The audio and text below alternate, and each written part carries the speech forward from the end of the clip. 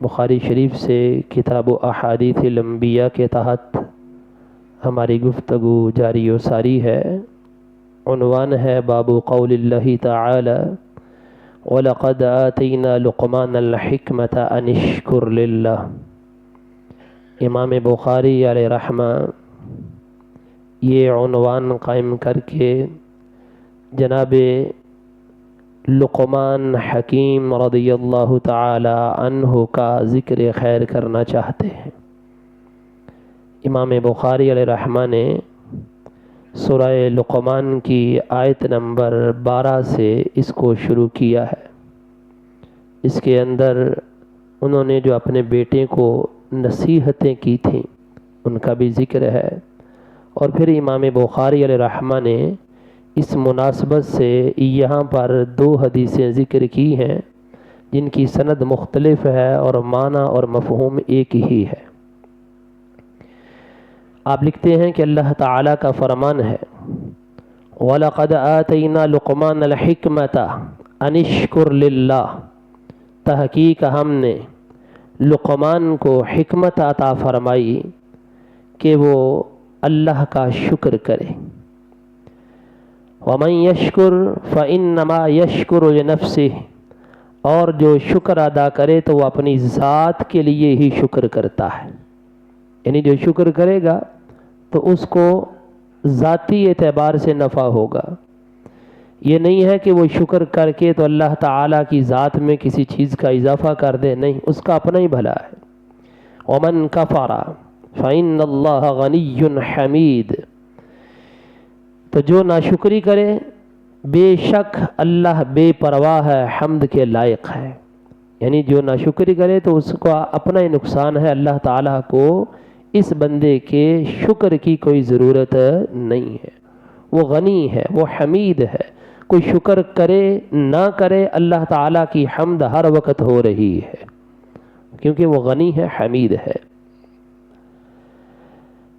ایک مشہور مورخ گزرے ہیں محمد بن اسحاق رحمۃ اللہ تعالی علیہ، انہوں نے لقمان حکیم رضی اللہ عنہ کا تعارف لکھا ہے کہ یہ کیا تھے۔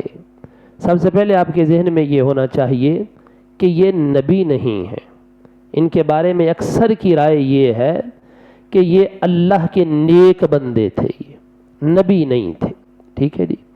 دوسرا یہ ہے یہ سوڈانی تھے، یہ ٹھیک ہے، حبشہ کے حبشی تھے، یہ حبشی النسل تھے، یہ موٹے موٹے ان کے ہونٹ تھے، رنگ ان کا جو ہے وہ کالا تھا، لیکن اللہ تبارک و تعالی نے ان کو حکمت عطا فرمائی تھی۔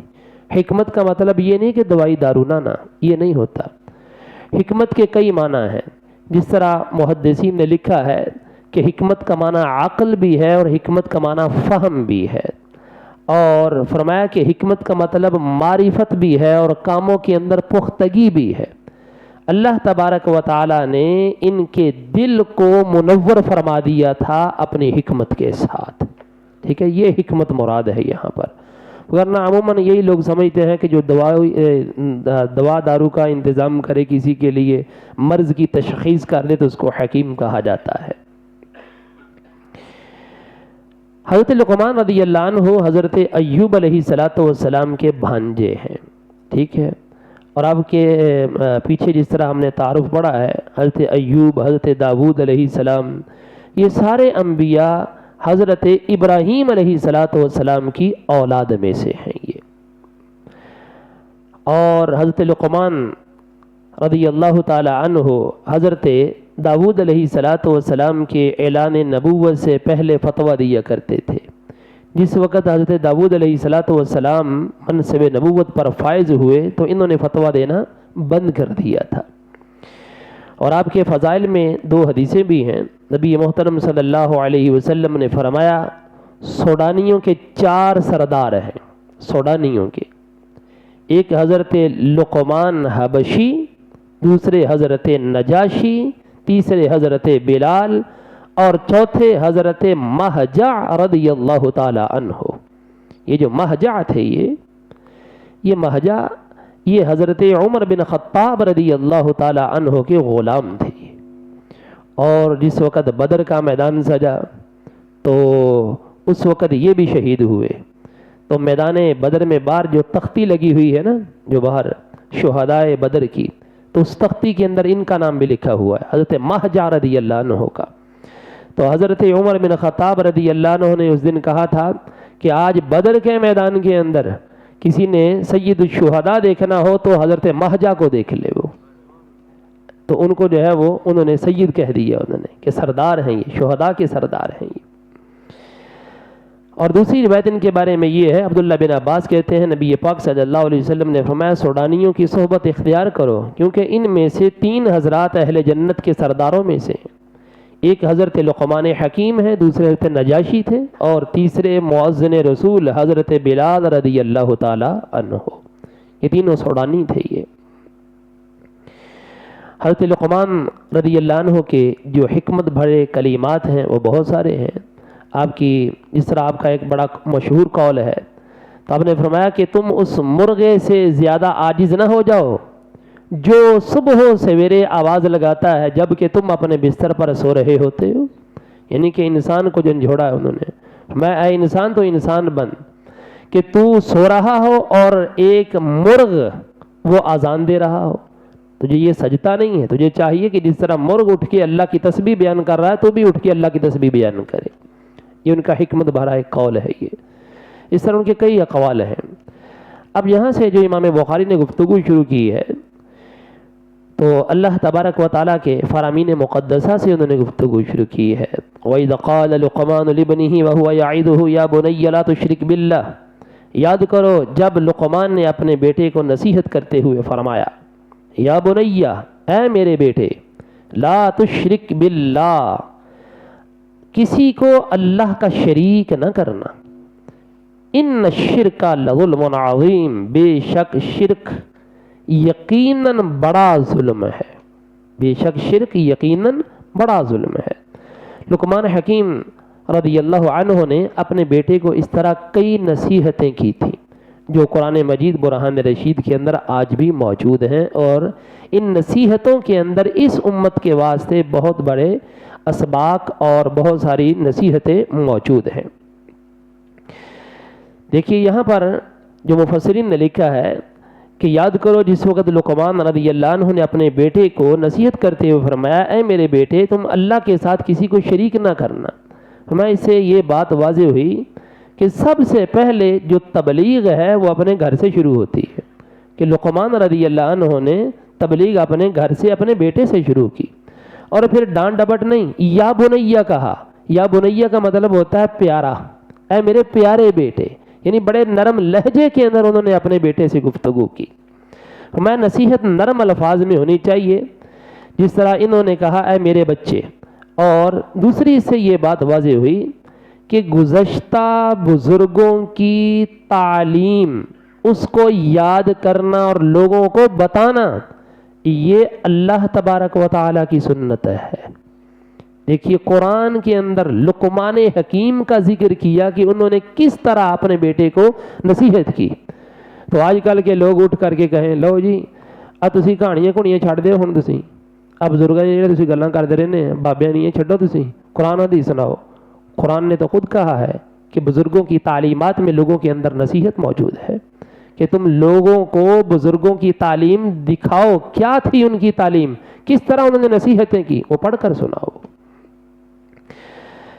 پھر جو ہے یہیں پر کیونکہ امام بخاری نے تقریباً جو ہے یہ 7-8 آیات مقدسہ ذکر کی ہیں، تو اسی کے اندر جو لقمان حکیم رضی اللہ عنہ نصیحتیں کر رہے تھے تو اللہ تبارک و تعالی نے فرمایا وَوَصَّيْنَا الْإِنسَانَ بِوَالِدَيْهِ، یعنی اپنے بیٹے کو جس نے نصیحت کی تو انہوں نے ساتھ یہ بھی کہا کہ دیکھیے اللہ تبارک و تعالی نے انسان کو تاکید کی ہے کہ اپنے والدین کے ساتھ بھلائی کرے۔ وَوَصَّيْنَا الْإِنسَانَ بِوَالِدَيْهِ، ہم نے انسان کو تاکید کی اس کے والدین کے بارے میں، حَمَلَتْهُ أُمُّهُ، اس کی ماں نے اس کو اٹھائے رکھا، وَهْنًا عَلَى وَهْنٍ، تکلیف کے اوپر تکلیف جھیلتی ہوئی، وَفِصَالُهُ فِي عَامَيْنِ، اور اس کا دودھ چھڑانا 2 سالوں میں ہے، انشکر لی، اے میرے بندے میرا بھی شکر کر، وَلِوَالِدَيْكَ، اور اپنے والدین کا بھی شکر کر، اِلَيَّ الْمَصِيرُ، بالآخر میری طرف ہی پلٹنا ہے۔ اب یہ جو آیت مقدسہ ہے اس کے اندر واضح لفظوں میں ہے کہ اللہ تبارک و تعالیٰ نے والدین کے ساتھ بھلائی کا حکم دیا، اور والدین کے اکٹھا ذکر کرنے کے بعد اللہ تعالیٰ نے فرمایا حملتہ امہ وہنن علی وہن وفصالہ فی عامین۔ ماں کو 3 دفعہ ذکر کیا، ماں کو 3 دفعہ، دیکھیے حملتہ امہ ایک دفعہ کہ ماں نے اس کو حمل میں ماں نے اس کو اٹھائے رکھا، ایک دفعہ ذکر، وہنن علی وہن 2 دفعہ یعنی تکلیف کے ساتھ اٹھائے رکھا، پھر وفصالہ فی عامین کہ ماں 2 سال تک اپنے بچے کو دودھ پلاتی ہے، 3 دفعہ ذکر کیا۔ آیہ مقدسہ کے اس اسلوب سے مفسرین نے یہ نتیجہ اخذ کیا ہے کہ ماں کا رتبہ باپ سے 3 گنا زیادہ ہے، ماں کا رتبہ باپ سے 3 گنا زیادہ ہے، کہ باپ کا اللہ تعالیٰ نے 1 دفعہ ذکر کیا، ماں کا 3 دفعہ ذکر کیا ہے۔ پھر اس کو بھی دیکھیے نبی محترم صلی اللہ علیہ وآلہ وسلم کی بارگاہ میں عرض کیا گیا، حضور بتلائیے کہ میری اچھی خدمت کا سب سے زیادہ مستحق کون ہے؟ نبی پاک علیہ الصلوۃ والسلام نے ارشاد فرمایا تمہاری ماں ہے۔ پھر اس نے پوچھا، آپ نے پھر یہی جملہ ارشاد فرمایا کہ تمہاری ماں ہے، پھر پوچھا، پھر فرمایا، 3 دفعہ پوچھا، 3 دفعہ یہی فرمایا تمہاری ماں، 4تھی دفعہ پوچھا تو فرمایا تمہارا باپ بھی۔ تو فرمایا دراصل بات یہ ہے ماں کی مشقت زیادہ ہے بنسبت باپ کے مقابلے میں، کیونکہ مدت حمل کی تکالیف، پھر اس کو جو ہے وہ اپنے پاس اٹھائے رکھنا، پھر جس وقت پیدا ہو جائے پھر خون عطر سے اس کو سیراب کرنا، اور پھر اس کی نگہداشت کرنا، یہ باپ نہیں کرتا، یہ ماں ہی کرتی ہے۔ تو میں اس اعتبار سے ماں کا رتبہ باپ کے مقابلے میں زیادہ ہے، اور اس کے ساتھ بھلائی کا حکم دیا گیا۔ اور باقاعدہ پھر یہ جو زیادتی کا معنی ہے نا کہ ماں کا رتبہ زیادہ ہے، ذرا یہ زیادت کس چیز میں ہے، ذرا یہ بھی سن لیجیے۔ یہ ماں خدمت میں مقدم ہے، ماں کس میں مقدم ہے؟ خدمت میں، اور باپ احترام میں مقدم ہے، باپ احترام میں، ماں خدمت میں۔ خدمت اور احترام تعظیم میں فرق ہے۔ جس طرح اعلیٰ حضرت رحمۃ اللہ تعالی علیہ نے باقاعدہ فتاوی رضویہ شریف کے اندر اس کی چھان بین کی ہے، اور آپ نے فرمایا ہے کہ آیات یہ بتاتی ہیں کہ ماں کی خدمت کا رتبہ جو ہے وہ باپ سے زیادہ ہے، اور آپ نے باقاعدہ فتاوی شامی کے حوالے سے ایک عبارت نقل کی، فرمایا قال مشائخنا، ہمارے مشائخ کہتے ہیں یقدم الابو فی الاحترام، باپ مقدم ہے احترام میں، والام یقدم فی الخدمہ، جو ماں ہے یہ مقدم ہے کس میں؟ خدمت میں۔ مثال سے انہوں نے واضح کیا، کہتے جس طرح دونوں اکٹھے باہر سے آئے، والد بھی والدہ بھی باہر سے آئے، تو بچہ جو ہے سامنے بیٹھا ہوا ہے، تو پتہ ہے اس کو کہ دونوں نے پانی پینا ہے یا دونوں جو ہے وہ بیٹھنا ہے، تو اس کو چاہیے کہ جلدی جلدی جو ہے وہ پانی کا گلاس بھر کر کے جو ہے وہ پیش کرے۔ اب جگہ والد کے لیے خالی کرے، اگر دونوں میں سے کسی نے بھی اس کے ہاتھ سے گلاس نہیں پکڑا، اس کو چاہیے کہ جگہ والد کے لیے خالی کرے اور پانی اپنی والدہ کو پیش کرے، یعنی کہ احترام والد کا، تعظیم والد کی، اور خدمت پہلے کس کی؟ والدہ کی۔ یہ ہے خدمت اور احترام میں فرق۔ یہ پھر اس طریقے سے آپ نے لکھا ہے بچہ اگر 100 روپیہ باہر سے کما کے لاتا ہے، اس کو چاہیے کہ 75 روپے لا کر کے اپنی والدہ کے ہاتھ پہ رکھے اور 25 روپے اپنے والد کے ہاتھ پہ رکھے، کیونکہ ماں کا حق 3 گنا زیادہ ہے۔ یہ تو اس طریقے سے اللہ تبارک و تعالی نے فرمایا ہے حملتہ امہ وہنا علی وہن وفصالہ فی عامین، یہ جو عورت ہے یہ اپنے بچے کو 2 سال تک دودھ پلاتی ہے، 2 سال تک، ٹھیک ہے جی۔ والوالدات يرضعن اولادهن حولين كاملين لمن اراد ان يتم الرضاعه، یہ قرآن نے بیان فرمایا ہے کہ والدات یعنی کہ مائیں اپنی اولادوں کو 2 سال تک دودھ پلائیں گی، لیکن حرمت رضاعت کے مسئلے میں تو یہ 2.5 سال میں بھی جس بچے نے دودھ پی لیا ہے وہ بچہ بھی اس ماں کا بچہ بن جائے گا، حرمت رضاعت کے مسئلہ میں، ٹھیک ہے جی۔ لیکن دودھ جو ہے وہ 2 سال تک پلایا جاتا ہے۔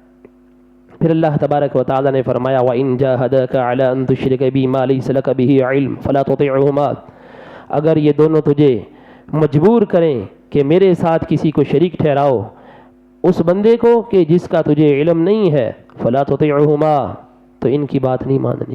یعنی کہ اگر والدین تمہیں حکم یہ کرے کہ میری نافرمانی کرنی، اللہ فرماتا فلا تطیعہما، اس معاملے میں ان کی بات نہیں ماننی۔ ہاں وصاحبہما فی الدنیا معروفا، ٹھیک ہے وہ تمہیں حکم دے رہے ہیں کہ میری نافرمانی کرو، لیکن تم نے میری جو ہے وہ میری ہی پیروی کرنی ہے، مطلب یہ ہے کہ میرا ہی حکم ماننا ہے، تم نے دنیا میں ان کے ساتھ نیکی کرتے رہنا ہے۔ وصاحبہما فی الدنیا معروف، اور چلنا کس کے پیچھے ہے؟ واتبع سبیل من اناب الی، بات اس کی ماننی ہے، چلنا اس کے راستے پہ ہے جو میری بارگاہ میں جھکے۔ ثم الی مرجعکم، پھر جو ہے تم تمام میرے پاس آؤ گے، تمہارے والدین بھی میرے پاس آئیں گے، تم بھی میرے پاس آؤ گے۔ فَأُنَبِّئُكُم بِمَا كُنتُمْ تَعْمَلُونَ، میں تمہیں بتا دوں گا جو تم عمل کیا کرتے تھے۔ اس طریقے سے انہوں نے نصیحتیں یہاں پر ارشاد فرمائیں۔ جناب لقمان حکیم نے اپنے بیٹے کو، حضرت سفیان بن عیینہ کا قول بھی یہاں پر ذکر کیا گیا، انہوں نے فرمایا کہ جس بندے نے 5 گانا نمازیں ادا کی اور اللہ تعالیٰ کا شکر بجا لایا، اور جس نے 5 گانا نمازوں کے بعد والدین کے لیے دعائیں کی، نماز بھی پڑھی، اللہ کے حکم کے اوپر عمل بھی کیا، اور بعد میں اپنے والدین کے لیے دعا کے لیے ہاتھ اٹھائے، تو اس نے اپنے والدین کا شکریہ ادا کر دیا۔ ٹھیک ہے جی۔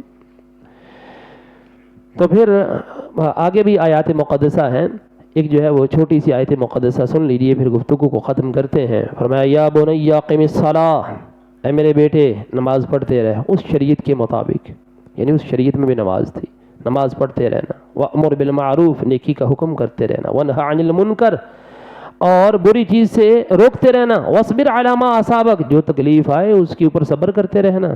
إِنَّ ذَلِكَ مِنْ عَزْمِ الْأُمُورِ، بے شک یہ ہمت والے کاموں میں سے ہے۔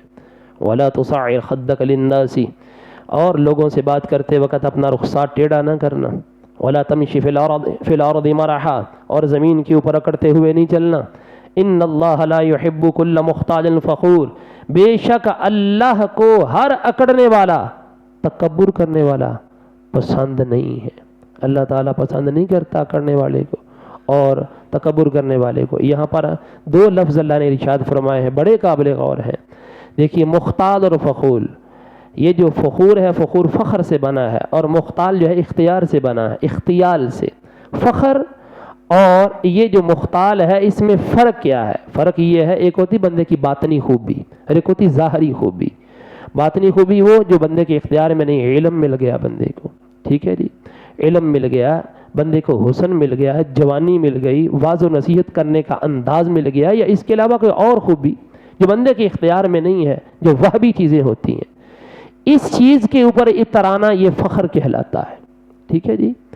اور جو بندے کے بس میں ہو، مثلا اچھا لباس پہن لینا، ٹھیک ہے، یا اس کے علاوہ ظاہری ٹھاٹھ باٹھ، اس کے اوپر اترانا، اس کو جو ہے اختیال کہا جاتا ہے۔